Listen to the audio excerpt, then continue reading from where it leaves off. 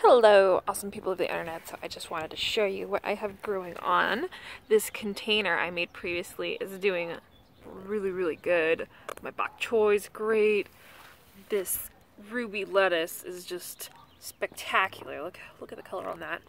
And then I have more Swiss chard. I have lettuce, some bib lettuce, and some emerald lettuce. Some of our bare root strawberries are doing good. I have about 4 that are healthy and 6 that look really pitiful. Let's move this a little bit. You can see this one down in here. Maybe. Yeah, another little healthy one. So they're doing good. And the back side doesn't get as much sun. Let's go over there carefully. And it's doing okay. Like I said, some of the bare root strawberries, nothing has happened. It looks like a dead twig like when it was planted. And we have some lettuce, ruby Swiss chard. This strawberry's doing good. This is another ruby Swiss chard I planted after they made that video. And yeah, so everything's kind of growing along, slowly but steadily. And on top I planted some leeks here. And what I'm going to do later is I'm going to put some covers around the base of their stems so that they remain white and tender. So we'll see how those go. I haven't grown leeks from seed to harvest yet. But while we're out here, I'll show you my other container. This one has been planted, I think, since last summer, if I remember correctly. This is a Swiss chard, a white one from the ruby mix. Garlic chives, this is the oldest one, slightly newer one. They really did nothing until I started fertilizing them regularly, so if you have that problem, maybe give that a little try. You can always start out with a weak fertilizer and go a little stronger if it doesn't hurt it. And here's another container. We have more ruby chard, more bib lettuce, and more garlic chives. Some of my favorite things to eat, so I grow those. I've also had good luck with them. This is carrots, and they have germinated somewhat unevenly. Pretty good for carrots. I tried to make a little pattern in here when I planted it so that they would be spaced just far enough apart. But I need maybe, if this one doesn't pop up, I'm going to go back in here and plant maybe one right here and one right here. A few of them even have their true leaves. You can kind of see them looking like carrot leaves. Yeah, that's exciting.